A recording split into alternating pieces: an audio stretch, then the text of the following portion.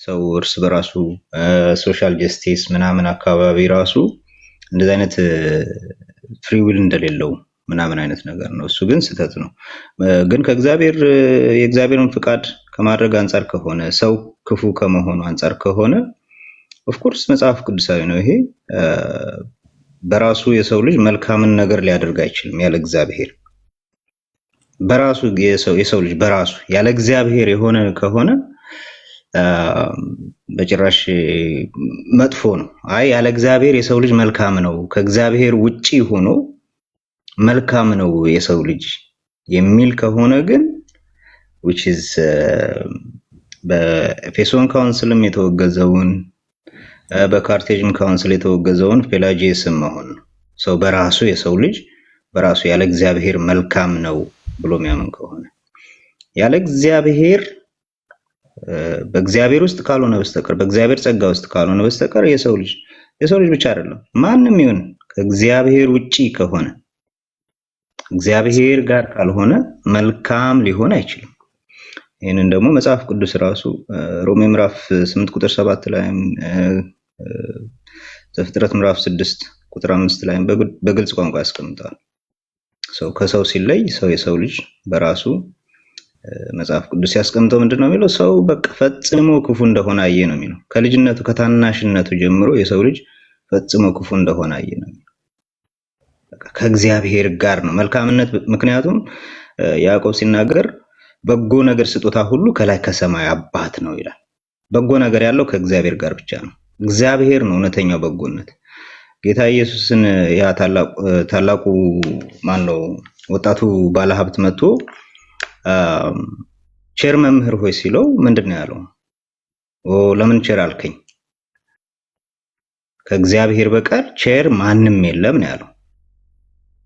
ቸር ከእግዚአብሔር በቀር ማንም የለም። ያ ማለት ምንድነው? ጌታ ኢየሱስ እኔ እኮ እግዚአብሔር አይደለሁም እያለው አይደለም።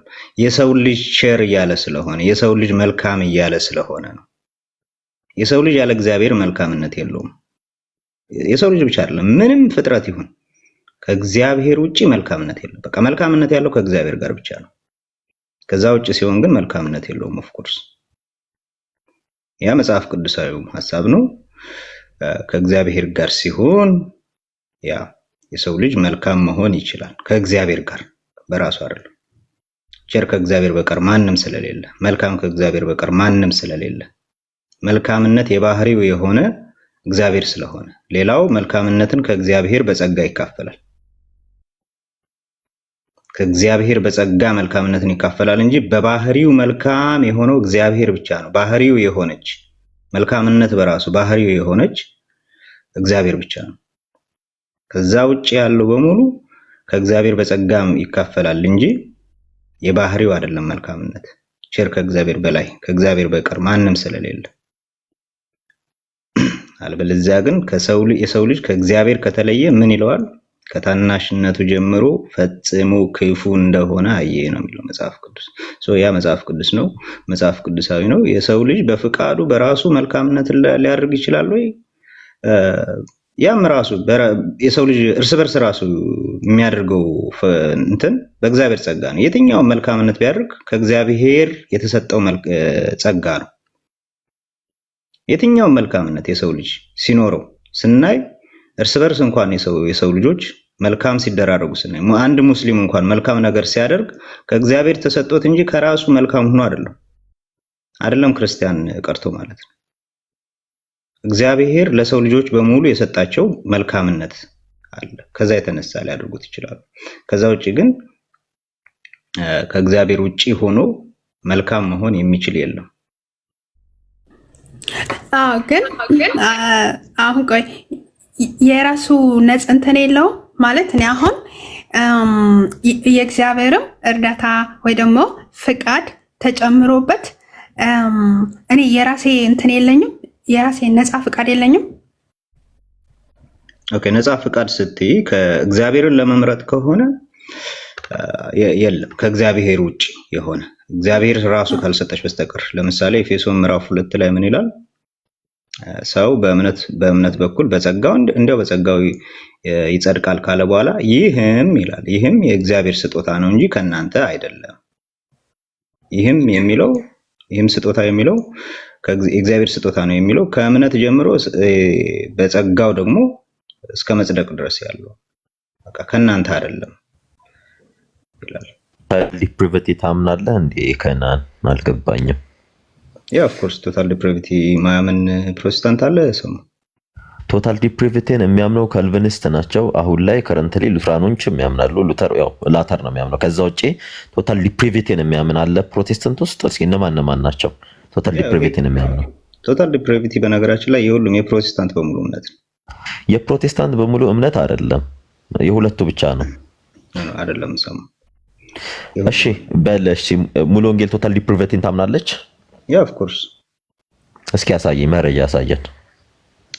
መረጃው በእርግጣውን በእጄ የለም፣ ግን መጽሐፏ ላይ አስቀምጣለች በትክክል። በፍጹም ቶታል ዲፕሪቪቲን ሙሉ ወንጌል አታምነው።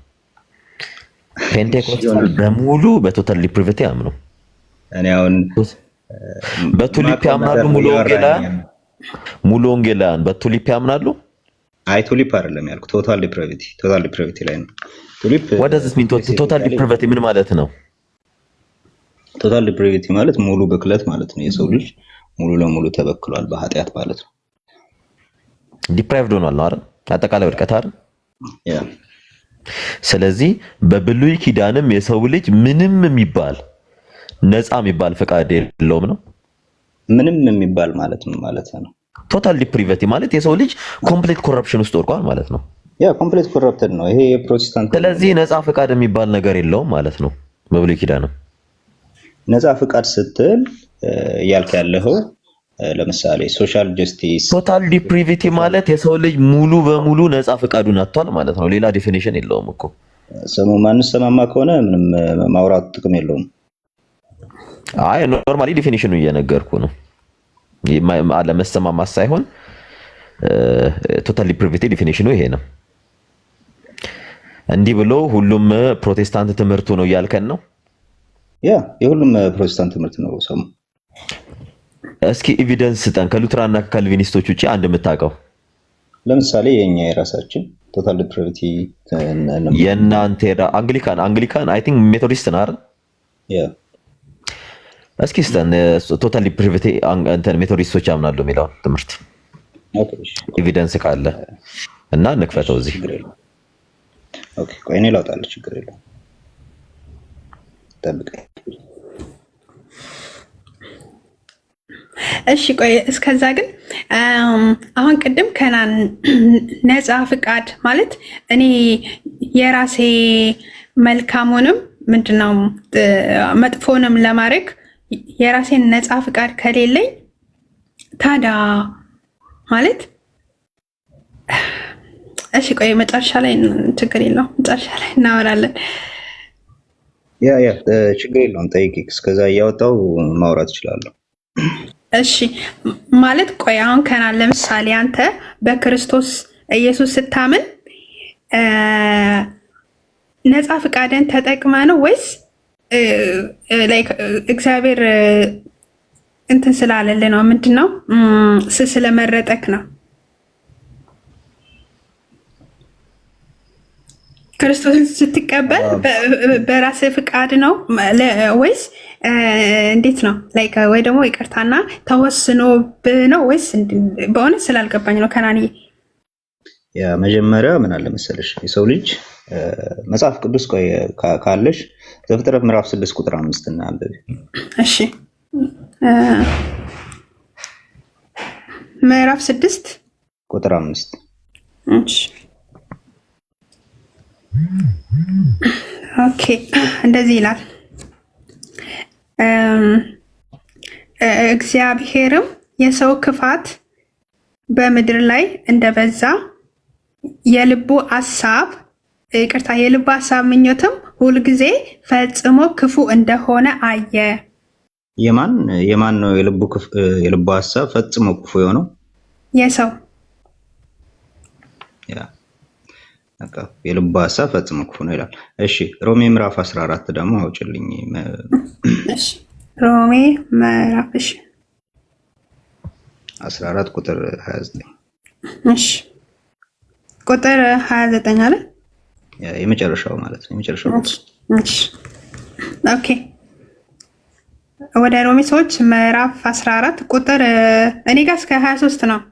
ያ 23 ማለት ነው። ሶሪ እሺ ኦኬ። የሚጠራጠረው ግን ቢበላ በእምነት ስላልሆነ ተኮንነዋል፣ በእምነትም ያልሆነ ሁሉ ኃጢአት ነው ይላል። በምን ያልሆነ ሁሉ? የሚጠራጠረው ግን ቢበላ ይላል። በጥርጣሬ የሆነ ነገር ቢበላ ላይክስ እንትን ነው። በእምነት ያልሆነ ሁሉ ኃጢአት ነው። ኃጢአት የሆነው በምን ያልሆነ ሁሉ ነው? በእምነት ያልሆነ ሁሉ ኃጢአት ነው ይላል። ስለዚህ አንድን ነገር ስታደርጊ በእምነት ካልሆነ ያደረግሽው በእግዚአብሔር ዘንድ ምንድን ነው ማለት ነው? ኃጢአት ነው። ኃጢአት።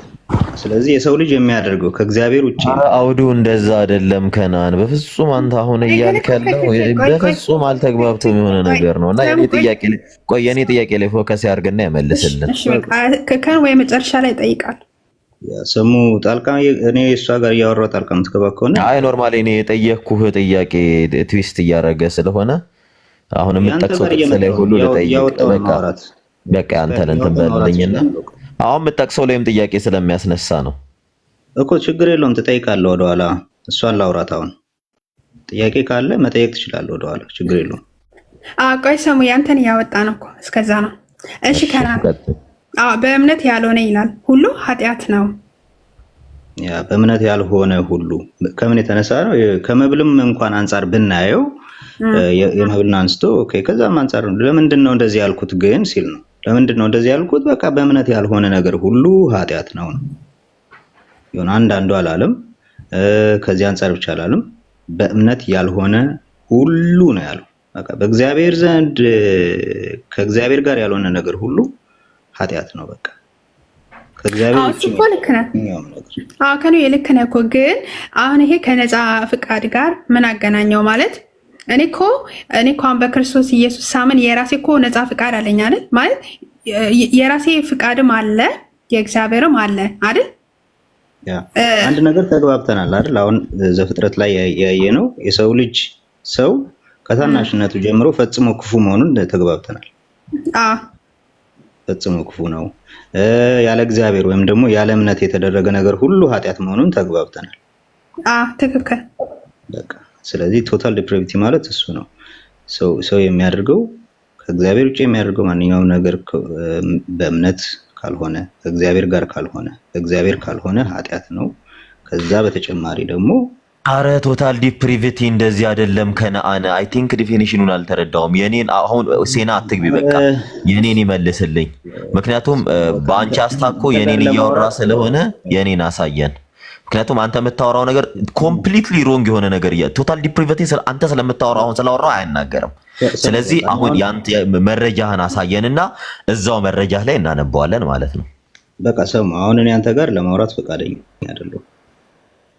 ምክንያቱም እንደዚህ የተረባበሽን ምናምን ስሜታዊ በሆነ ጉዳይ ላይ እኛ ስሜታዊ ሆነን አይደለም። በቃ የጠየቁት ቶታል ዲፕሪቪቲን ከራስ አሳየን ስንልክ ቆይ ሴና አዙረህ ለሷ እየነገርካት ነውና እኔ እዚህ ንግግር ላይ ጥያቄ ስላለኝ መሰለኝ የጠየቅኩ።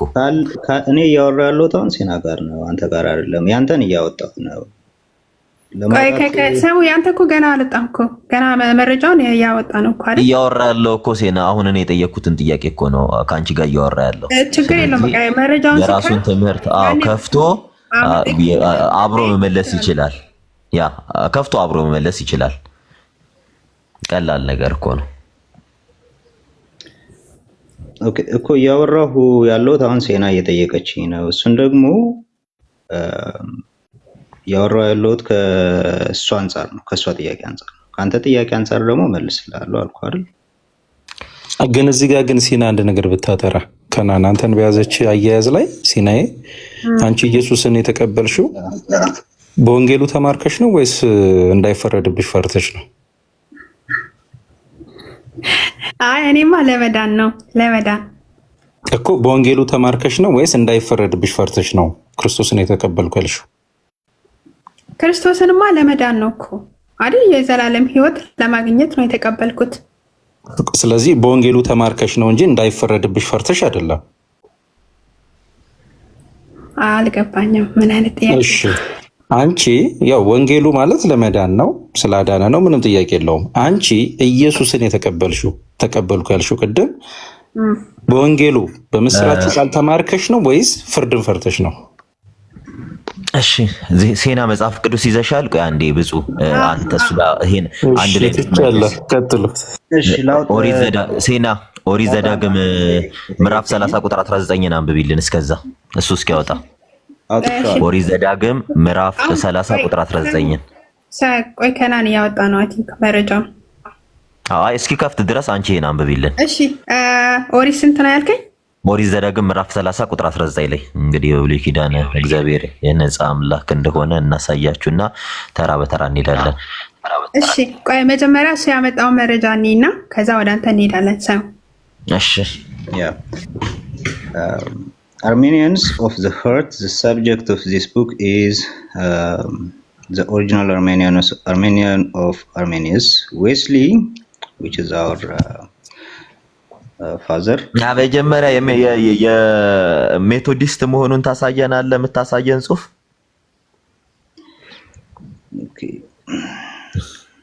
የአርሜኒያንን ጽሁፍ የጃኮበዝ አርሜንስን ጽሁፍ የምታሳየን ከሆነ ጃኮበዝ አርሜንስ አንተ የምታነሳውን ሀሳብ ኦፖዝ እያደረገ ነው። ቶታል ዲፕሪቬሽን ኮምፕሊትሊ አይቀበል። ማስረጃ ጠይቀ ማስረጃ እየተነበበልህ ጣልቃ አትግባ። ጣልቃ እየገባን ሳይሆን የአንተ ቤተ እምነት መሆኑን አሳየኝ ነው ያልኩህ። እና ስለ አርሜኒዝም የምታወራ ከሆነ አርሜኒዝሞች አንተ የምትለውን ሀሳብ አይቀበሉትም። እና ማስረጃ ላይ ፎከስ አድርግልና አሳየን። በቃ እንደዚህ አይነት እንትን ከሆነ ማስረጃ እያቀረብኩም ጣልቃ የሚገባ ከሆነ አንቺ ጋርም እያወራ ኧረ በእናትህ ቆረጠመኝ ፈለጠኝ አትበልማት። ማስረጃ አሳየን ያለ ሌላ ምንም አላለ። ከይቅርታ ጋር በቃ መልካም ጊዜ። እሺ እረፍት ሰሙ ሶሪ መልካም ጊዜ ይላል የሌለ ትምህርት እንትን እያለ እንዴ እኮ ተናግረናል። ከናን ፔንት አይደለም ተጋግመን ተናግረናል። ቆይ ብዙ አምላክ አንዴ ሚውት አድርግልኝ በእናትህ። እኔ ከሱ ጋር ጨርሼ የጀመርኩትን ምን ሆናችሁ ነው እንዴ? እንደዚህ አይነት ፐርሰናል አታክ አትደራረጉ። ይሄ ፌር አይደለም። ይቅርታ ከናን በጣም ይቅርታና ሶሪ በጣም ሰው አስቸጋሪ ነው። ኦኬ እሺ ይቅርታ ከናን በእውነት እና እኔ እዚህ አሁን እሱ ጋር አፍ መካፈቱ ምናምንም በጣም ነው የሚያሰለቸው። አሁን እዚህ ጋር ተጫዋቾ ወርዶ በሚያስጠላ ስሜት ነው የሚሰማሽ እና እሱን አልፈልገውም። በቃ በሰላም ይወይ ካለ ሰላም ማስረጃ ሲጠይቅ ማስረጃ እየተከፈተለት ምናምን ይወራል እንጂ እየተሰማሙ ምናምን በሰላም ኦርቶዶክሳውያንም ወንድሞቻችን ናቸው። ኦርቶዶክሳዊ ወንድማችን ሰሙም ለኔ ክፉ አይደለም። እንደምንትና ላይውም እንደ ጠላት አላየውም። በሰላም ማውራት እንችላለን። ያ ኢትስ ኦኬ ሶሪ በጣም እና ማለት ነው ከናን ቆይ እኔ አሁን ለምሳሌ ዮሐንስ ወንጌል ምዕራፍ 1 ላይ ቁጥር 12 ላይ ለተቀበሉት በስሙ ለሚያምኑት ይላል ለእነርሱ የእግዚአብሔር ልጆች የሆኑ ዘንድ ስልጣንን ሰጣቸው ለማለት ተቀበሉት። አይ መቀበል አለመቀበል የኛ ነፃ ፍቃዳችን ነው ማለት። ኦኬ በነገራችን ላይ እንደዚህ አይነት የኦርቶዶክስም ትምህርት የለም። ኦርቶዶክስ ራሱ እንደዚህ ብላ አታምንም። ይሄ የተወገዘ ትምህርት ነው። የፔላጂየስ ትምህርት ነው። በቤተ ክርስቲያን ታሪክ በሁለት ጉባኤያት ተወግዟል። የመጀመሪያው በካርቴጅ ጉባኤ ላይ በ316 ተወግዟል። በኤፌሶንም ደግሞ ተወግዟል። ይሄ በቤተ ክርስቲያን ታሪክም የተወገዘ ትምህርት ነው። ሰው በራሱ እግዚአብሔርን መቀበል ይችላል የሚል የአባቶችም ትምህርት አይደለም፣ የቤተ ክርስቲያንም ትምህርት አይደለም፣ የመጽሐፍ ቅዱስም ትምህርት አይደለም። ይህንን እሱንም ራሱ ላውጣ መሰለኝ። ግን እኮ ቆይ ለተቀበሉት ይላላ መቀበል እኮ ለተቀበሉት ካለ ለምሳሌ መቀበል የኔ እንትን ነው። ላይክ መቀበል አለመቀበል የኔ ነፃ ፈቃድ ነው፣ የኔ ምርጫ ነው። የእግዚአብሔር ስጦታ ነው። እግዚአብሔር ሲሰጥሽ ነው የምትቀበዩ። እግዚአብሔር ደግሞ የሰው ልጅ ቅድም አሳይሻል። የሰው ልጅ ከልጅነቱ ጀምሮ መጥፎ ክፉ ነው ይላል አይደል? እሱማ እኮ የሰው ልጅ ባህሪ ነው። እሱን ችግር የለም፣ እሱ ላይ ችግር የለብኝም። ግን ቆይ አሁን አንተ እንደዛ ከሆነ እሺ፣ አሁን ለምሳሌ በክርስቶስ ያላመኑ ሙስሊሞች አሉ። ሙስሊሞቹ እግዚአብሔር ስላልሰጣቸው ነው፣ እምነቱን ጌታ ስላልሰጣቸው ነው። አይ ሰጥቷቸዋል፣ ነገር ግን ክደውታል፣ አልፈልግም ብለዋል። ያ ደግሞ የሰው ልጅ ቅድም ትክክል ተናግሯል ያልኩሽ ታላቁ የሰው ልጅ መጥፎ ማድረግን ይችላል፣ እምቢ ማለትን ይችላል።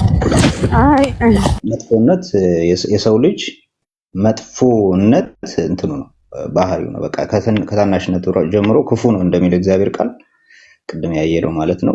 እምቢ ማለት ይችላል፣ ክፉ ማድረግ ይችላል። ነገር ግን መልካሙን ለማድረግ ግን ከሰማይ አባት የበረከት ሁሉ ጌታ የሆነ የሰማይ አባት ሊሰጠው ይገባል፣ ያዕቆብ እንደሚል ማለት ነው። እግዚአብሔር ካልሰጠው መልካምን ሊሆን አይችልም። የሰው ልጅ መልካምን ነገር ሊያደርግ አይችልም። እምነት ደግሞ መልካም ነገር ነው።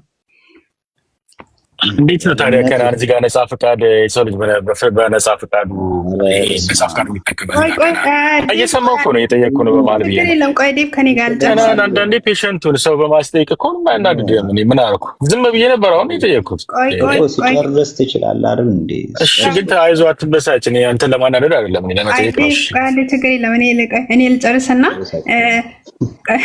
እሺ ማለት አሁን ከናን ቆይ አሁን አንተ እሺ ለሙስሊሞቹ የጸጋ ተሰጥቷቸው ነበራ በአንተ አባባል ግን አልተቀበሉትም። አለመቀበል ይችላል፣ የሰው ልጅ አለመቀበል ይችላል እኮ። ነፃ ፈቃድ አለ አይደል? ነፃ ፈቃድ እኮ ማለት ምን ማለት ነው? መጀመሪያ ሁለቱን ነገር እንትን ብሎ አማርጦ ማድረግ ነው አይደል? ሁለቱን በራሱ ማድረግ ሲችል ነው። እግዚአብሔርን መምረጥ በራሱ አይችልም ነው እያልኩሽ ያለሁት።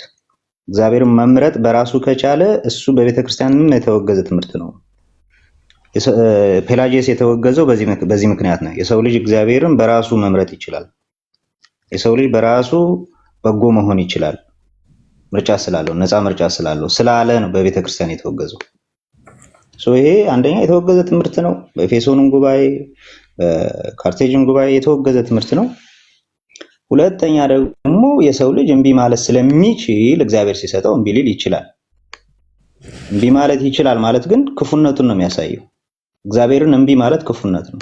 እሺ ሲል ግን ከእግዚአብሔር የተነሳ ነው እሺ ያለው። በቃ ከራሱ አይደለም፣ ከእግዚአብሔር የተነሳ እግዚአብሔር ስለሰጠው፣ ያንን እግዚአብሔር የሰጠውን ግን እምቢ ማለት ይችላል ነው። እምቢ የሚለው ደግሞ ክፉ ስለሆነ ነው። ክፉነት የሰው ልጅ በቃ መጽሐፍ ቆይ እምቢ ለምሳሌ አንድ ሰው አልቀበልም ስል ኦኬ ነፃ ፍቃድ ስላለው ሳይሆን ክፉ ስለሆነ ነው። እንደዛ ነው የምትለው? ያ እምቢ ሲል ክፉ ስለሆነ ነው። የሰው ልጅ መልካም ስለሆነ አይደለም።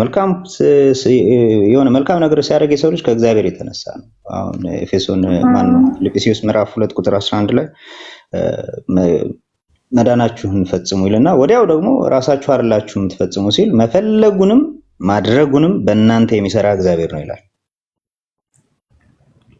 እሺ ለምሳሌ አንድ ሙስሊም ጋር ሄጄ ጌታን ተቀበል ምናምን ስለው አይ አልፈልግም ካለ ክፉ ነው ማለት ነው። ያ ሰው ክፉ ስለሆነ ነው።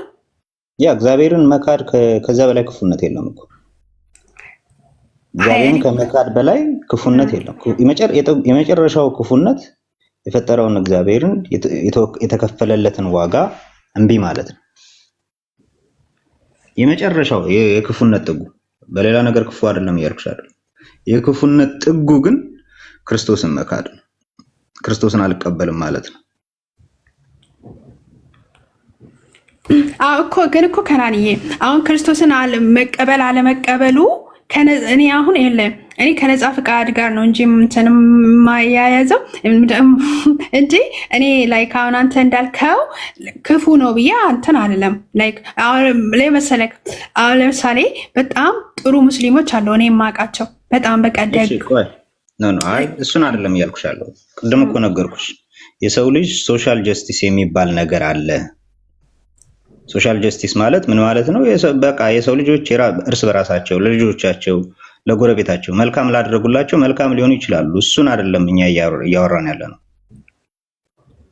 በእግዚአብሔር ዘንድ ተቀባይ ስላለው መልካምነት ነው እያወራን ያለ ነው። ያለ እምነት የሆነ ሁሉ ኃጢአት ነው የሚለውን ተስማምተናል አይደል?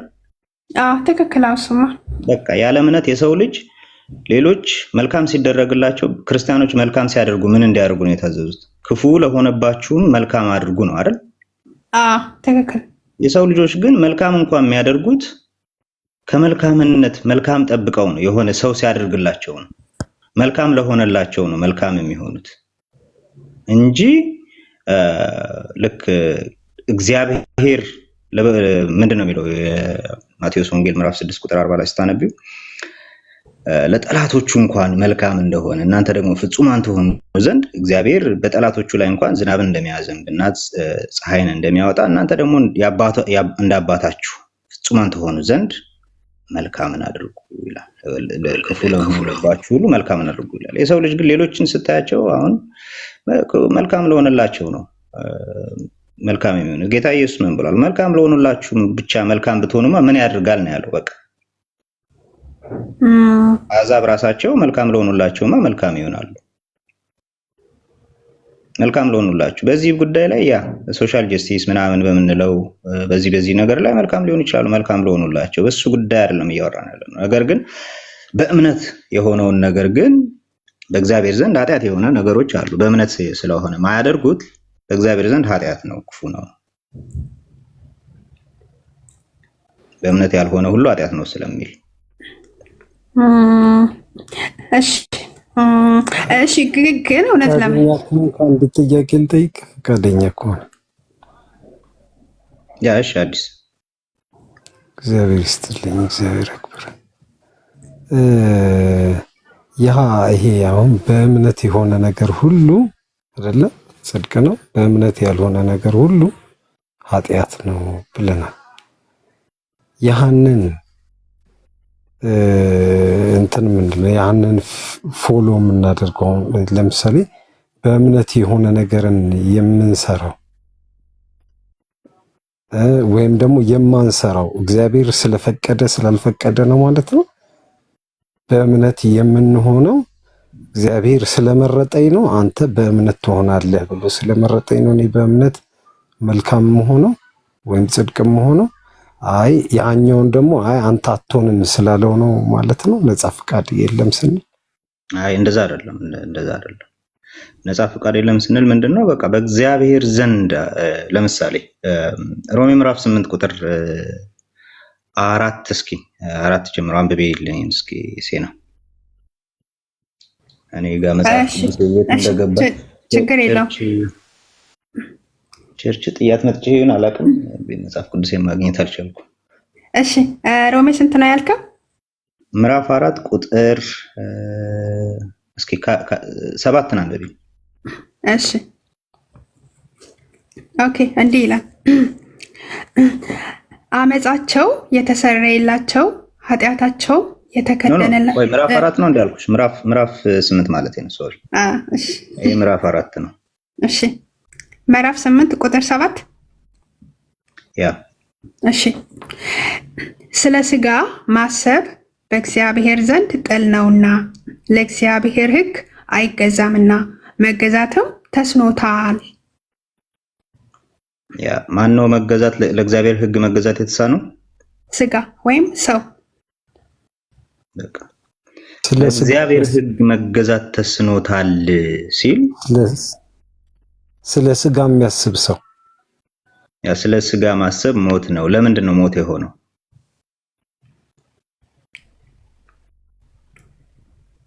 ስለ እግዚአብሔር ስለማያስብ። ማን?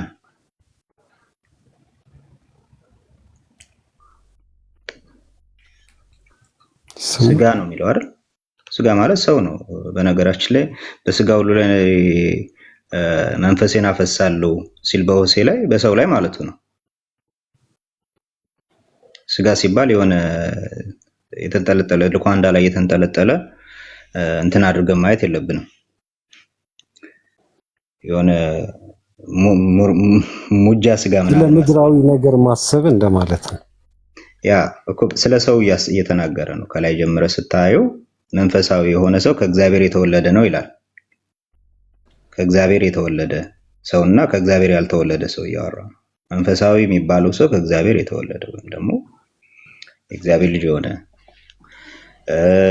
መንፈሳዊ ያልሆኑ ደግሞ የዓለም ሰዎች ማለት ነው። ስጋ የሚላቸው ክርስቶስን ያላመኑ በክርስቶስ ያልሆኑ ማለት ነው። ምድራዊ የሆኑ ያ በክርስቶስ ያልሆኑ ሰዎች ምን ማድረግ አይችሉም። በቃ ለእግዚአብሔር ሕግ መገዛት አይቻልም ይላል። ስለዚህ ለእግዚአብሔር ሕግ መገዛት ካልተቻለው ለእምነት ሲጠሩም ሊገዙ አይችሉም። ስለዚህ ምን ያስፈልጋቸዋል? የእግዚአብሔር ጸጋ ያስፈልጋቸዋል። ለማመን የእምነት ስጦታው ያስፈልጋቸዋል። እስኪ ዮሐንስ ወንጌል ምዕራፍ 6 ቁጥር 25 እና 26 አንብብልን ሴና። እሺ ዮሐንስ ምዕራፍ 5 ቁጥር ምዕራፍ 6 እሺ ቁጥር ስንት ነበር? ሶሪ ቁጥር 25 ከ26። እሺ ኦኬ እንደዚህ ይላል። የዮሐንስ ወንጌል ምዕራፍ 6 ከቁጥር 25 በባህር ማዶም ሲያገኙት መምህር ሆይ። ቁጥር ስንት ነው ያልሽው? ቁጥር 25 ነው። ዮሐንስ ያ ቀጥይ እኮ ዮሐንስ ወንጌል ምዕራፍ 6 ቁጥር 25 በባህር ማዶም ሲያገኙት መምህር ሆይ ወደዚህ መቼ መጣህ አሉት። ኢየሱስም መልሶ እውነት እውነት እላችኋለሁ የምትፈልጉኝ እንጀራን ስለበላችሁና ስለጠገባችሁ ነው እንጂ ምልክቶችን ስላያችሁ አይደለም። ቀጥይ። እሺ ለሚጠፋ መብል አትስሩ፣ ነገር ግን ለዘላለም ሕይወት ለሚኖር መብል የሰው ልጅ ለሚሰጣችሁ ስሩ፣ እርሱን እግዚአብሔር አብ አትሞታልና። ቀጥይ። እሺ እንግዲህ የእግዚአብሔርን ስራ እንድንሰራ ምን እናድርግ አሉት። ኢየሱስ መልሶ ይሄ የእግዚአብሔር ስራ እርሱ በላከው እንድታምኑ ነው አላቸው። እሱ በላከው ማመኑ፣ እሱ በላከው እግዚአብሔር በላከው ማመኑ የማን ስራ ነው? የጌታ ስራ ነው። የእግዚአብሔር ስራ ነው። ማመናችሁ ነው እኮ አይደለም ያለው እኮ እንድታምኑ ነው። ይሄ የእግዚአብሔር ስራ ምንድን ነው? ይህ የእግዚአብሔር ስራ ነው አይደለም? ምን ሲጠይቁት ነው እንደዛ ያላቸው? ታንብበው። ኦኬ እሺ እንግዲህ የእግዚአብሔርን ስራ እንድንሰራ ምን እናድርግ አሉት። ኢየሱስም መልሶ ይሄ የእግዚአብሔር ስራ እርሱ በላከው እንድታምኑ ነው አላቸው። ምን እናድርግ ሲሉት ይህ የእግዚአብሔር ስራ አላቸው። ምን እናድርግ ለሚሉት ነው። እነሱ የሚያደርጉትን የጠየቃቸው፣ እሱ ግን የእግዚአብሔር ስራ ነው እያላቸው ነው። የእግዚአብሔር ስራን እንድታምኑ ነው እኮ ነው እያላቸው ያለው። ይህን የእግዚአብሔር ስራ እንድታምኑ ነው አላለም እኮ። ይህ የእግዚአብሔር ስራ ነው። የእግዚአብሔር ስራ ምንድን ነው? እንድታምኑ ነው።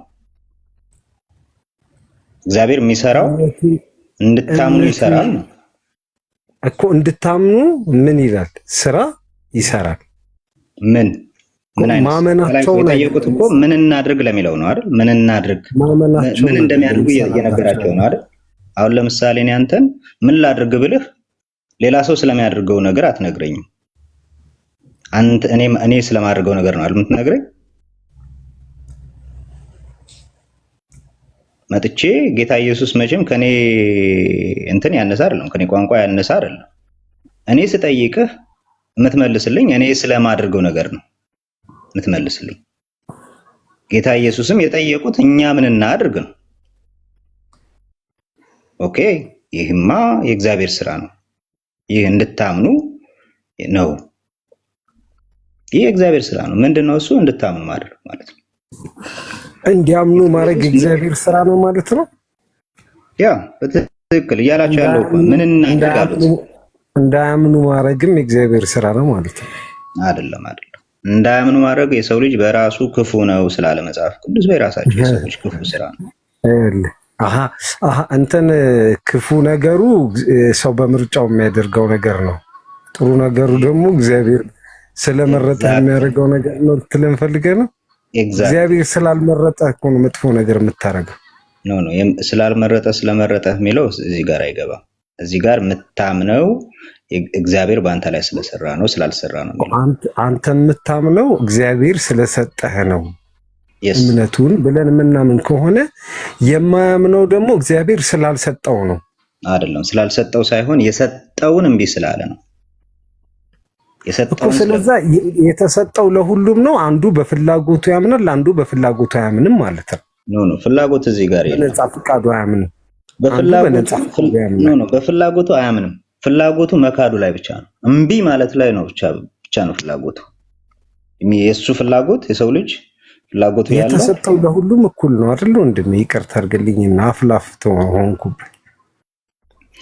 እግዚአብሔር ለሁሉም ሰጠ፣ ግን ደግሞ የተቀበለ ግን በራሳቸው ነው የተቀበለ አይደለም። በእግዚአብሔር ሆነ ወደ እግዚአብሔር መጣ ማለት ነው። ወደ ስራው ተቀላቀለ፣ ወደ እግዚአብሔር ወደ አዘጋጀለት አይደለም መልካም ነገር ተቀላቀለ። አይ እምቢ ያለ ደግሞ ወደ ምርጫው ሄደ አይደለም።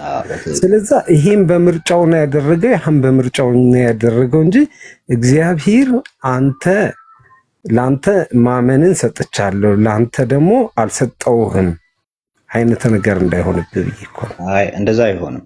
የሚሆነው ሁለቱንም ማድረግ የሰው ልጅ ማን ነው እግዚአብሔር ብቻ ነው ብንል ኖሮ ያደርጋል ያስብላል። ነገር ግን የሰው ልጅ ለእኔ ሰጥቶ ለአንተ አለመስጠቱ ግን አይደል? ለእኔ ሰጥቶኝ ከሆነ ለአንተ ስላልሰጠህ እኮ ነው ታዲያ ላመንከው። እኔ ያመንኩት ስለሰጠኝ ከሆነ በነገራችን ላይ ይሄ የፔላጂስ ትምህርት ነው አሁን እያልኩኝ ያለው። ግን እያልኩ ያለሁት እኔ እምቢ ማለት የሰው ልጅ ነው። ይሄ መጽሐፍ ቅዱሳዊ ማለት ነው። እንዳሳየው ጌታ ኢየሱስ ራሱ ያለው ይሄ የእግዚአብሔር ስራ ነው። በቃ የእግዚአብሔር ስራ ካለን የጠየቁትን ነው። በቃ ምን እናድርግ? ምንድነው ማድረግ ያለብን? ይሄ የዘላለም ህይወት እንድናገኝ ምን እንስራ? የዘላለም ህይወት ምን እንድናገኝ ምንድነው የምንሰራው አላቸው። ከዛ የነሱን ስራ ሲጠይቁት ነው ስራው የእግዚአብሔር ነው፣ ይሄም ደግሞ በልጁ እንድታምኑ ነው አላቸው። እኮ የሚታመንበትን ነገር መስጠቱ እኮ ነው እኮ የእግዚአብሔር ስራ። የሚታመንበትን መንገድ መስጠቱ የእግዚአብሔር ስራ ነው። ኖ እንደዛ ብቻ አይደለም። እንደዛማ ከሆነ የሚሆነው ምን መሰለህ? አሁን ለምሳሌ ጸጋ ይሆን የሚታመንበትን ይሰጣል። ከዛ በኋላ አንተ ስታምን ለዛ ነገር ዋጋ ነው የሚከፈልህ ማለት ነው። ጸጋ ለተመረጡ የሚሰጥ ነገር ነው ማለት ነው። ጸጋ የሚሰጠው የእግዚአብሔር ነፃ ስጦታ ነው። ጸጋ ማለት ነፃ ስጦታ ለማይገባው ሰው የሚሰጥ ነው። ለተመረጡ እዚህ ጋር የተመረጠ ያልተመረጠ የሚል እኮ ጥያቄ የለውም። እዚህ ጋር እያወራን ያለ ነው ስለመመረጥና ስላለመመረጥ። እኔ ያመንኩት ከእግዚአብሔር በሆነ ስራ ነው። እግዚአብሔር ገብቷል አይደል? እግዚአብሔር እመን አንተ ማመን አለብህ ስላለኝ ነው። እምነትን ስለሰጠኝ ነው እኔ ያመንኩትና ድህነትን ያገኘሁት። ያኛው ደግሞ በፍላጎቱ ነው ሊባል አይችልም። ለምን? እግዚአብሔር ስላልሰጠው ነው። ስላልሰጠው ነው ያለን ተጠያቂ አይደለም። ስላልሰጠው የጨመርከው አንተ ነህ። ለእኔ ከሰጠኝ እሱ ደግሞ እጁ ላይ ከሌለው ስላልሰጠው ነው እንጂ እሱ የሚሰጥ ከሆነማ ማለት ነው። እሱ የሚሰጥ ከሆነ እግዚአብሔር እኮ አሁን ለምሳሌ ጴጥሮስ ለሱም ሰጥቶታል አይደል? ታስታውሳለህ? ጴጥሮስ ላላመነው ግን አልተሰጠውም ያ ነገር። ጴጥሮስን ታስታውሳለህ? ባለጸጋ ከሚጸድቅ የእግዚአብሔር ግመል በመርፌ ቀዳዳ ብትሾልክ ይቀላል ሲለው፣ እንኪያስ ይህ ከሆነ እንዲያ ከሆነ ማን ሊድን ይችላል ሲለው ምንድን ነው ያለው ጌታ ኢየሱስ? ታስታውሳለህ? ምን አለው? እስኪ የምታስታውስ ከሆነ ነገር። አላስታውስኩት። ኦኬ ያለው ለሰው የማይቻል ለእግዚአብሔር ይቻላል ነው። ማን ሊድን ይችላል ለሚለው መልስ ነው። እንኪያስ ማን ሊድን ይችላል እንዴ? ባለጠጎችም እንትን የሚሉ ከሆኑ ንብረት የሌለው ሀብት የሌለው የለም ነው። ንብረት የሌለው ሀብት የሌለው ሰው የለም። እንግዲህ ማን እንደዛ ከሆነ መቼም አንድ ልብስም ቢሆን ይኖረዋል። ያው ሀብት ሪላቲቭ ነው። ያ ሪሌቲቭ ነው። እዛ ጋር ግን ማን ሊድን ይችላል ሲሉ ሀብት የሌለው ሰው ስለሌለ ነው እንደዛ ያሉት እንጂ ምን እያወራቸው ያለው ስለ ባለጸጋ ነው።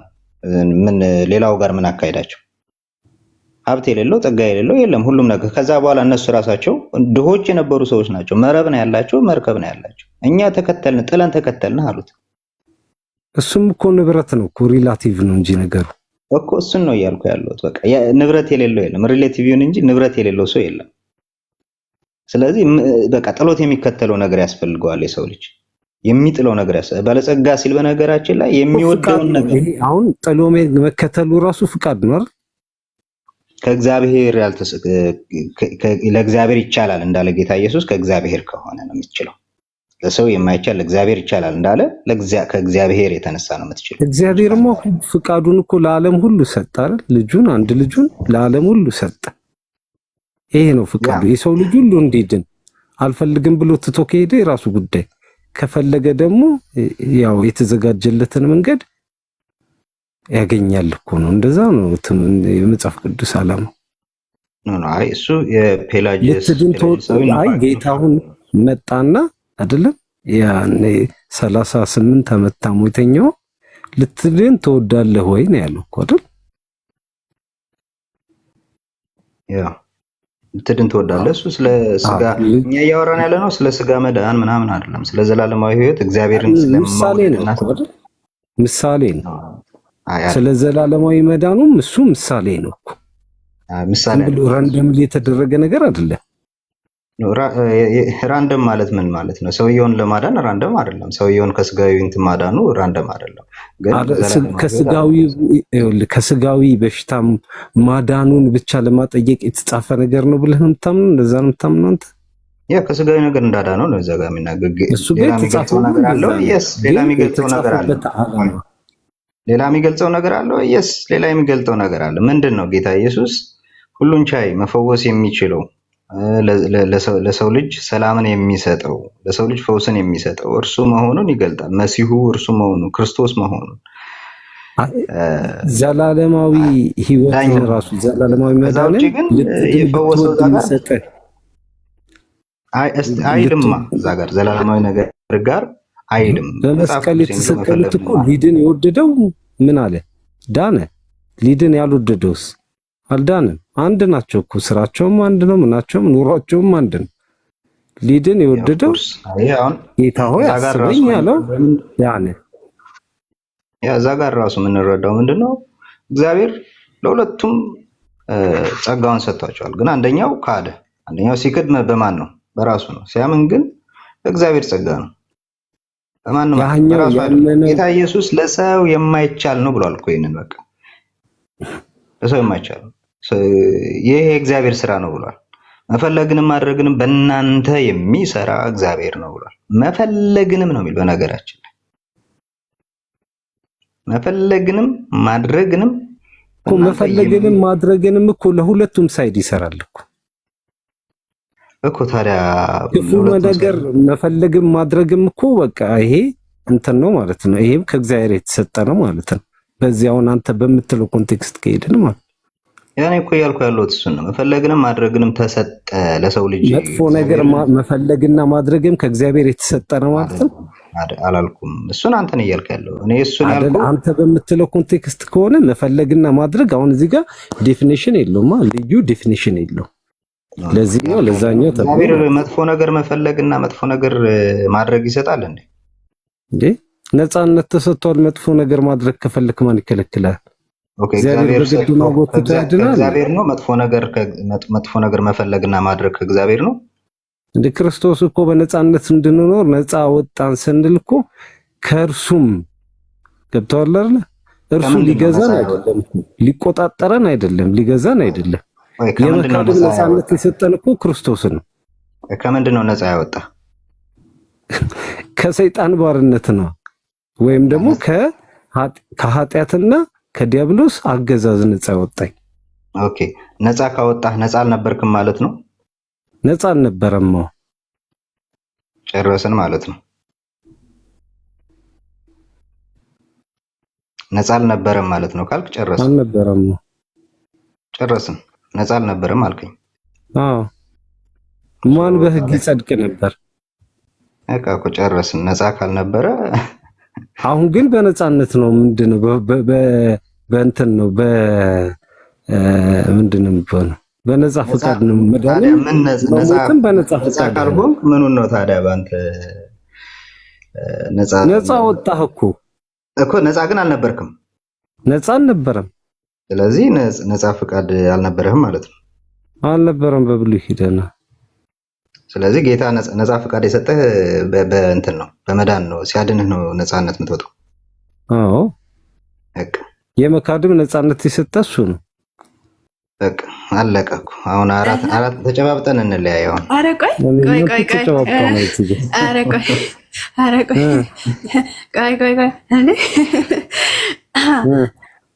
ቆይ እንዴ ከናን ምን እያልክ ነው? ከናንዬ እንዴ ቆይ ለምሳሌ አዳም ነፃ ፈቃድ አልነበረውም እንዴ? እንትኑን የምናወራው ከውድቀት በኋላ ነው። የምናወራው ከውድቀት በኋላ እናንተ ቆይ ይቅርታ አድርግልኝና፣ ኧረ እኔ እንጃ እኔ ግራ ገባኝ እኮ። እሺ ቆይ ከናን እኔ አሁን እሺ ነፃ ፈቃድ ከሌለኝ እሺ በቃ ተወስኖብኝ ነው ማለት ጌታ መርጦኝ ነው ክርስቲያን ሆንኩት? ጌታ አይደለም የወሰነብሽ፣ ጌታ አይደለም ራስሽ ነሽ የወሰንሽው ነፃ ፈቃድ እንዳይኖርሽ የወሰንሽው የነበረው። አዳም ወሰነ ነፃ ፈቃድ እንዳይኖረው።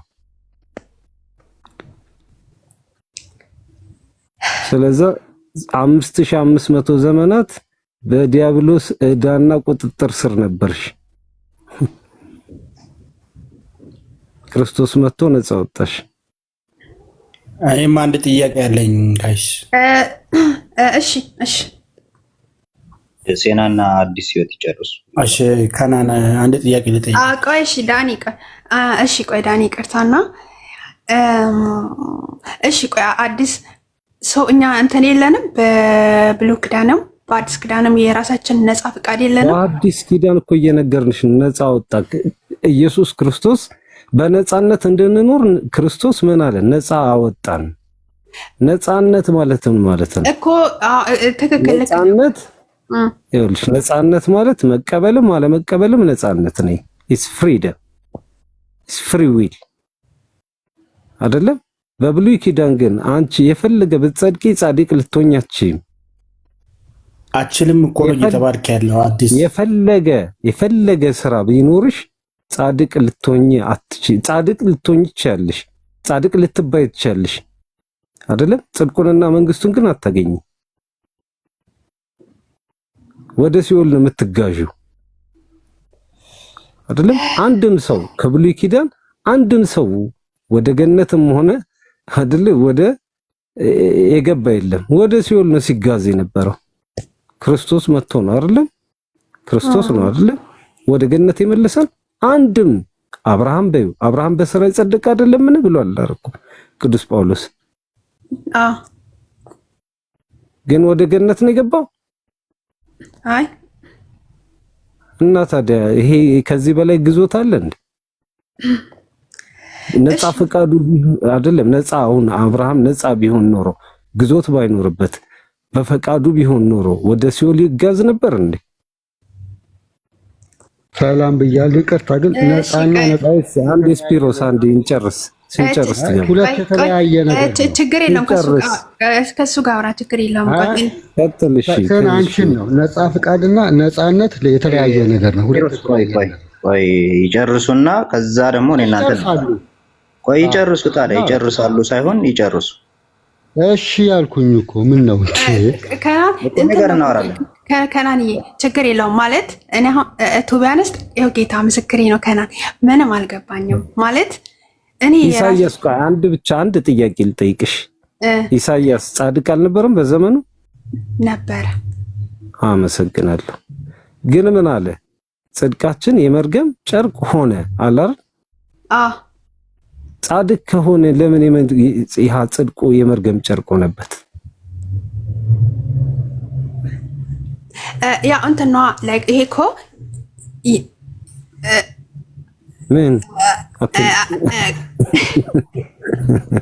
አይዞሽ ምንም አይደለም። የተሰማሽ እሺ ለምን መሰለክ እንትን ነው አሁን ኢሳያስ የጌታ የእግዚአብሔርንና የሰውን ጽድቅ እያወዳደረ ነው እንጂ ከነፃ ፍቃድ ጋር ምንም አይገናኝም እኮ አይደለም። ነፃ ፍቃዱ አሁን ኢሳያስ ምን አድርጎታል? ጻድቅ አድርጎታል። በዘመኑ ጻድቅ ነበር። ትክክል። አመሰግናለሁ። ነፃ ፍቃዱ ምን አድርጎታል? ጻድቅ አድርጎታል አይደለ? ስራው ጻድቅ አድርጎታል አይደለ? ነገር ግን ወዴት ሄደ? መጨረሻው የት ነበር? ቦታው የመጨረሻው ቦታው ከሞቱ በኋላ ሲጀመር እኮ ከሞቱ በኋላ መጨረሻ ቦታው የት ነበር? የመርገም ጨርቅ ሆነብኝ ያለበት ምክንያት ምንድን ነው? እሱማ የራሱንና የእግዚአብሔርን ጽድቅ ያወዳደረ ነው እንጂ እኮ ከነፃ ፍቃድ ጋር እኮ የሚያገናኘው ነገር የለም። አዲስ እኮ የራሱ ጽድቅ የት ያደርሰዋል? የትም አያደርሰውም። እሱማ እኮ መዳን እኮ ማያደርሰው ከሆነ በቃ ግዞተኛ ነው ይሄ ሰውዬ እኮ። እሺ እና እንደዛ ከሆነ ጌታ አስገድዶት ነው ያዳነው? አስገድዶት አላዳነው። የወደደው ጌታ የፈለገው ጌታ ስለ ጌታ ብሎ ስለሱ ብሎ የተለየለት አይደለም ከሀጣን ማህበር የተለየለት እና እንዴት ነው የጽድቅን ስራ የሰራለት ጌታ መጥቶ ከዛ ግዞት አወጣው። የመርገም ጨርቅ ካደረገበት ያንን የመርገም ጨርቁን ቀዶ ጣለለትና ወደሱ ህይወት አመጣው።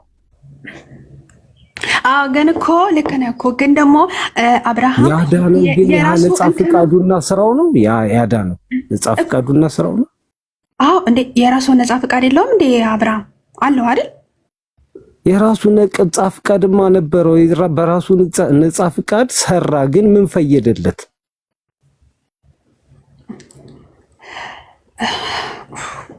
ምን ጠቀመው? እስቲ ይሄንን አደረገለት በራሱ የሰራው በይ። ግን ጌታው ያ የሞተለትን የማዳን የስራ አሜን ብሎ መቀበል የለበትም ለመዳን አንድ ሰው? ቆይ ዲፕ ችግር የለው። አሁን እኮ እኔ እሺ በቃ አሁን የማልስማማበትን ፖይንት ልንገርሽ። የማልስማማበት ፖይንት በአዲስ ኪዳን አንድ ሰው ለማመንና ላለማመን ነፃ ፍቃድ አለው። ማመኑ ከእግዚአብሔር የሚሰጥ አንተ እመንና አንተን እንድታመን አድርጌያለሁ። አይ ለአንተ ግን ማመን አያስፈልግህም ተብሏል የሚባል ከሆነ እሱ ትክክል አይደለም። አሁን ይሄ ነፃነት አይሆንም። በብሉይ ኪዳን ግን የዲያብሎስ እና የኃጢአት ባሪያ ነበርን። ምንም የሚያጠያይቅ ነገር አይደለም። ባሪያ ተገዢ ነበርን። ያንን ተገዢነታችን ባርነታችንን ቀንበራችንን የሰበረው ኢየሱስ ነው። እሺ በቃ እንደዛ ከሆነ እሺ በቃ ፍቃዳችንን ለኃጢአትና ለዲያብሎስ አሳልፈን ሰጥተን ነበረ። ከሱ ጋር ቀጥሎ በቃ ኤፌሶን ምዕራፍ 2 ቁጥር 2 እስኪ አንብቤልን። እሺ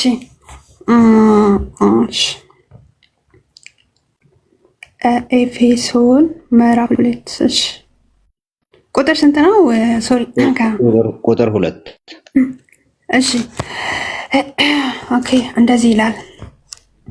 በበደላችሁና በኃጢአታችሁ ሙታን ነበራችሁ፣ በእነርሱም በዚህ ዓለም እንዳለው ኑሮ በማይታዘዙትም ልጆች ላይ አሁን ለሚሰራው መንፈስ አለቃ እንደሆነው በአየር ላይ ስልጣን እንዳለው አለቃ ፍቃድ በፊት ተመላለሳችሁባቸው ይላል።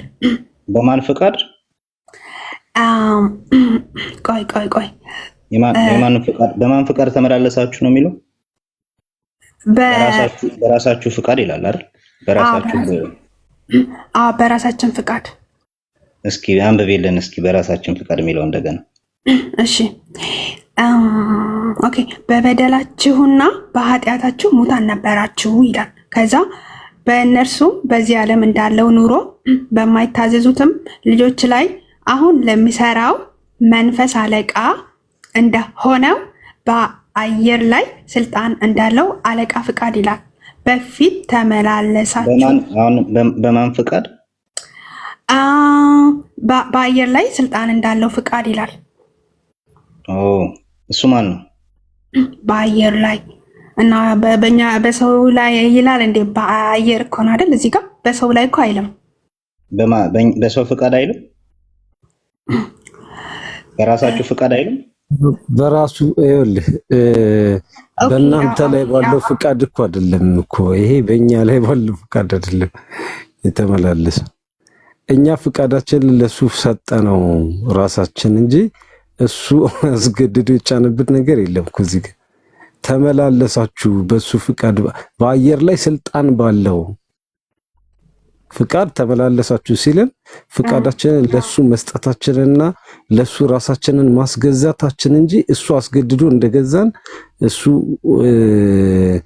ፍቃዳችንን ነጥቆ እንደወሰደብን አድርገህ አይደለም መሳል ያለብህ። ይሄን አስፈቅዶን ነው የገዛን።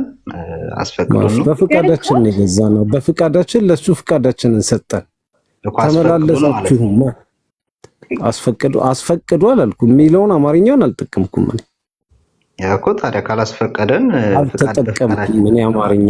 ግን ፍቃዳችንን ለሱ የሰጠነው እኛ ነን እኮ። ታዲያ ለምን ሰጠነው እኛ? ለምን ሰጠነው? በጣም ጥሩ ጥያቄ ነው።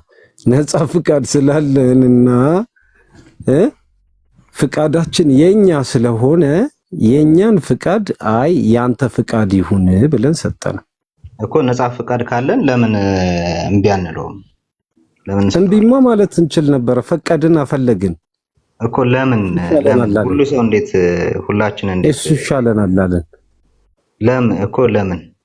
ጥሩ መንገድ እያለ እኮ ሰው መጥፎ መንገድን የሚመርጠው እኮ በውዴታው ነው እኮ። ለምን መጀመሪያ ላይ እሱን መረጥን፣ ኋላስ ለምን ደግሞ ክርስቶስ መረጥን? መጀመሪያ ላይ እሱን ለምን መረጥን? እንግዲህ የሰው መጥፎ መንገድን የሚመርጥበት የራሱ የሆነ ምክንያት አለው። አንዳንዱ ብቻ ነው ዲያብሎስን። የሆነ ሰው ዲያብሎስን ለምን ይመርጣል? ለገንዘብ ሊመርጥ ይችላል፣ ለጥቅም፣ ለስልጣን፣ ለተለያዩ ነገሮች ዲያብሎስን መንገድ ይመርጥ ይችላል። ይሄ የሱ የምርጫ ጉዳይ ነው። ፍላጎቴን የሚያሳካልኝ ይሄ መንገድ ነው ብሎ የሚመርጠው መንገድ ነው። ክርስትና ህይወት ስቃይ ነው። እንዴት አንዳንዶች ታዲያ አልጸደቁም?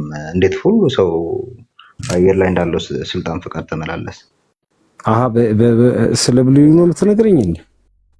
እዚህ ጋር እኮ ስለ በፊት ነው እኮ የሚለው አይደል? በፊት ነው የሚለው። ስለ የትኛው በፊት አለን? እሱ በፊት አይልም። በፊት ይላል እኮ እንትን ይነግራል። ስፔሲፊክ ሎኬሽን አለው እንዴ? በፊት ሲል ክርስቶስን ከማግኘታችሁ በፊት ነው አይደል? አዎ፣ ክርስቶስን ከማግኘታችሁ በፊት ሲል አሁን ይሄ እዚህ ጋር ማለት ነው ለኔም ይሰራል እኮ። ስለዚህ በብሉይ ኪዳን ዘመን አይደለም ያለሁት፣ በአዲስ ኪዳን ዘመን በነፃነት ዘመን እኮ ነው ያለሁት። ኦፍ ኮርስ ኖ አንተ አሁን በአዲስ ኪዳን ክርስቶስ ከመጣ በኋላ ይሁን እንጂ ክርስቶስ ነፃ ካላወጣህ ነፃ አትወጣም አይደል?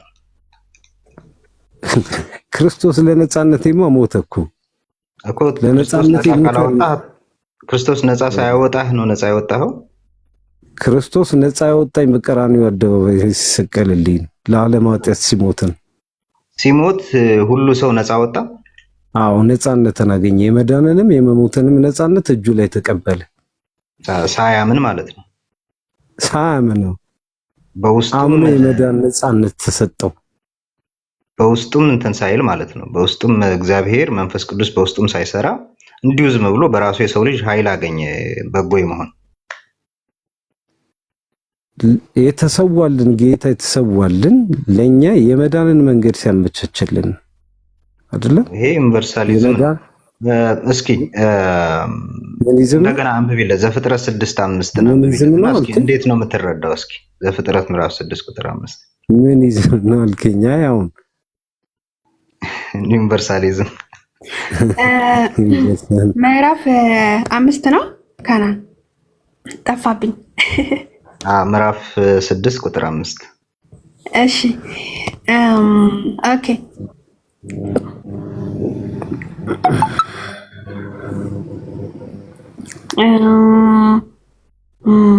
ኦኬ ምንድነው ጠፋብኝ ጌታ ይቅርታ ከናንዬ ምዕራፍ 6 ነው አዎ 6 ቁጥር 5 እሺ ሶሪ እሺ እንደዚህ ይላል እግዚአብሔርም የሰው ክፋት በምድር ላይ እንደበዛ የልቡ ሐሳብም ምኞትም ሁልጊዜ ፈጽሞ ክፉ እንደሆነ አየ። መቼ አንዳንድ ጊዜ ነው የሚለው አይደል? አንዳንድ ጊዜ ክፉ እንደሆነ አየ ይላል። ሁልጊዜ ነው እንጂ ኧረ አንዳንድ ጊዜ ነው የሚለው። ኧረ ሁልጊዜ እንዴት ነው የምትረዳው? አዲስ አንዳንድ ጊዜ የሰው ልጅ ክፉ ይሆናል፣ አንዳንድ ጊዜ ደግሞ ሲመርጥ ጥሩ ይሆናል የሚለው አይደል? አንዳንድ ጊዜ የሚል አማርኛ ጥቅም የለው እንዴ? አይ መጽሐፍ ቅዱስ ያለው ነው። አዎ ሁል ጊዜ የሰው ልጅ ሐሳብ ምን እንደሆነ ክፉ እንደሆነ። አዎ የተሳሳተው ነገር የለም። የሰው ልጅ በልቡ ነው አይደል? ልቡ ነው ክፉ ሁል ጊዜ ክፉ የሆነ የሚለው አይደል? አዎ በልቡ ክፉ እንደሆነ ያ ሁል ጊዜ ከሆነ እንዴት በጎ እንዴት ሊሆን ይችላል ታዲያ? እንዴት ክርስቶስን መምረጥ መቼም ነው አይደል? አህዛብ ከባህሪያቸው የተነሳ እኮ ሕግን ያደርጋሉ ይላል። መጥፎ ነው ይላል አይደል? ሰው ሁል ጊዜ ክፉ ማን ነው? ክርስቶስ ደግሞ አይጋጭብህም ለአንተ ለራስህ? አህዛብ ከባህሪያቸው የተነሳ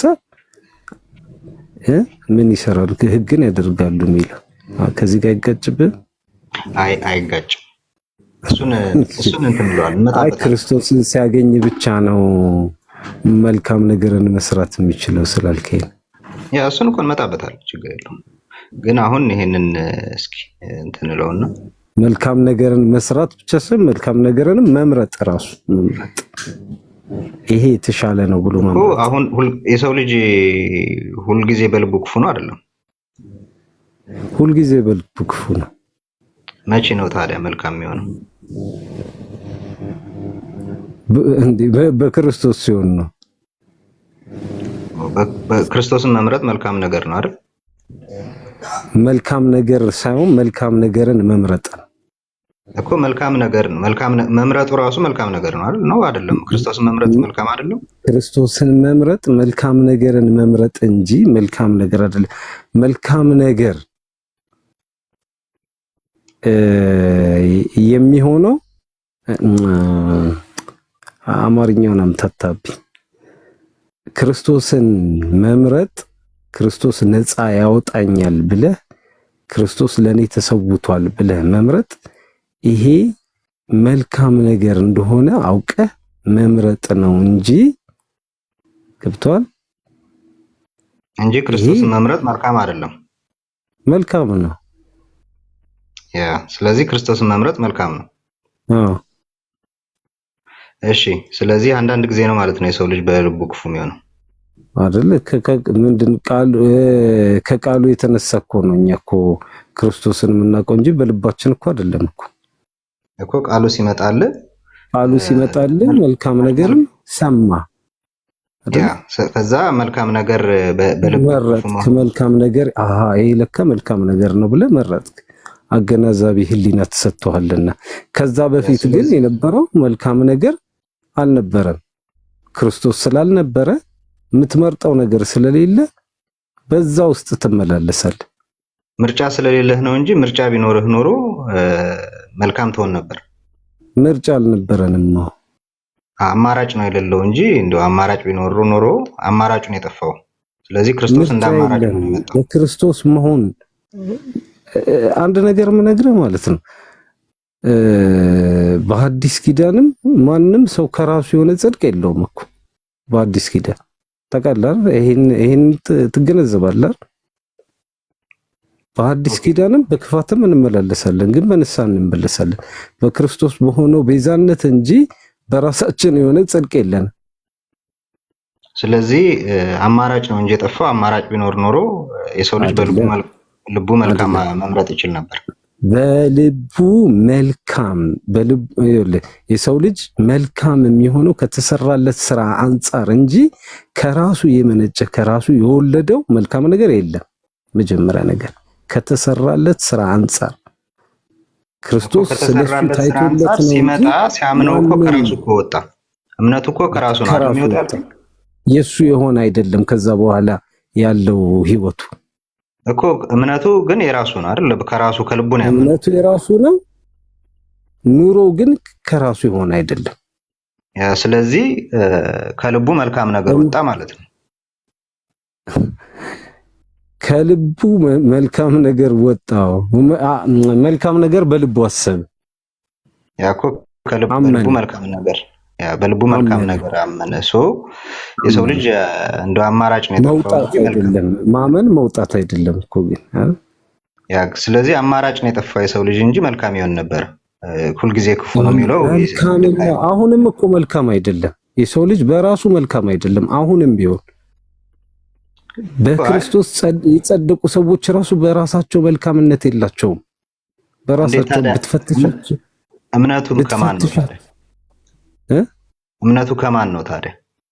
እምነቱ ከራሱ ነው። ጽድቁ ግን ከተሰራለት ስራ ነው። እና እምነት መልካም አይደለም። እምነት እኮ የወጣ ነገር እኮ አይደለም። ሰው በልቡ ቢያምን ሲል ከልቡ ወጣ እንዴ? ከማን ነው የመጣው ታዲያ እምነቱ? አይደለም ሰው በልቡ ቢያምን ሲል ከልቡ ወጣ እንዴ? ልቡ ላይ አልነበረም አይደል? መጀመሪያ እምነቱ ልቡ ላይ አልነበረም። ማናስ ከልቡ አልወጣም።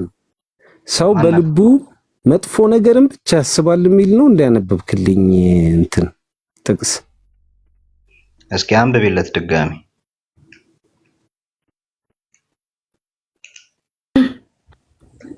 እሺ ስፒሮስ ለምን ወረደ? ስፒሮስ ተመለስ። ስፔር አይ ቲንክ ከለከናን ጥያቄ ነበረው። ለዛ ነው እዚህ ጋር አየሩን ያስኩበት። አይ ችግር የለውም ማውራት እንችላለን። ስፒሮስ ና ግባ። ስፒሮስ ካለ እናወራለን። እሺ ስፒሮስ ካለ ኦኬ። እንደዚህ ይላል፣ እግዚአብሔርም የሰው ክፋት በምድር ላይ እንደበዛ የልቡ አሳብ ምኞትም ሁልጊዜ ፈጽሞ ክፉ እንደሆነ አየ። የልቡ ሀሳብ ፈጽሞ ክፉ እንደሆነ አየ። አንዳንድ ጊዜ አይደል በራሱ የሆነው ይኸውልህ፣ ቆይ በራሱ የሆነው የልቡ ነው ሀሳብ ገብቶሃል አይደል? ከቃሉ የሆነው የልቡ ነው ሀሳብስ ከቃሉ የሆነው ኦኬ። ስለዚህ ቃሉ ነው እምነትን የሚያመነጨው። አዎ ጄነሬት የሚያደርገው አዎ። ቃሉ ከማን ነው? ቃሉ ከእግዚአብሔር ነው። ስለዚህ ከእግዚአብሔር ነው ማለት ነው እምነት የሚመነጨው። እምነትማ ከልብ ነው የሚመነጨው።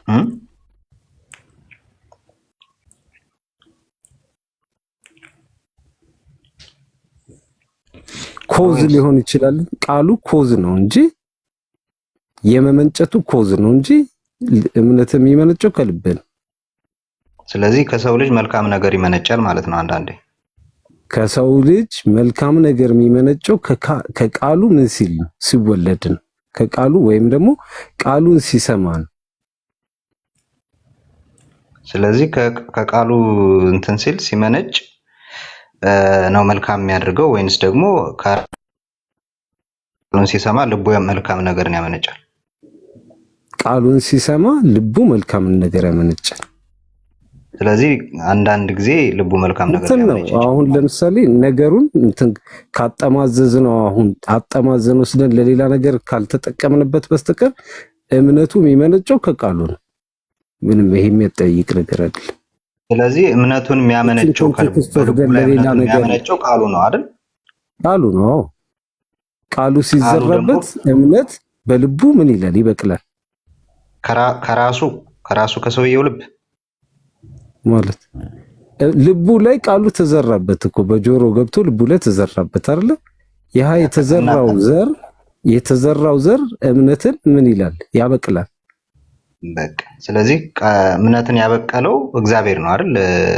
ቃልን ዘርቶ አዎ ቃሉን ዘርቶ እግዚአብሔር ነው ያበቀለው። ስለዚህ እምነት የእግዚአብሔር ስጦታ ነው እንዴ? እምነትማ የእግዚአብሔር ስጦታ ነው። ምን ጥያቄ አለ? ይሄን እኮ አይደለም ክርክራችን እኮ በቃ ይሄ ነው እንጂ ሰው በፍቃዱ ለማመን ነፃ ፍቃድ ያስፈልገዋል አያስፈልገውም ነው እኮ የኛ እኔና አንተ ክርክር እኮ። ነፃ ፍቃዱ የቱ ጋር ነው? እምነቱ ከሆነ ነፃ ፍቃዱማ አዎ ቃሉ ልቡ ላይ ተዘርቶ ገብቷል አይደል? ልቡ ላይ በጆሮ ሰማ፣ ልቡ ላይ ገባ። ይሄ አይጠቅመኝም ብሎ ምን ሲል አይደለ? ሲያዳፍነው ያኔ ነፃ ፍቃዱን ምን አላለም?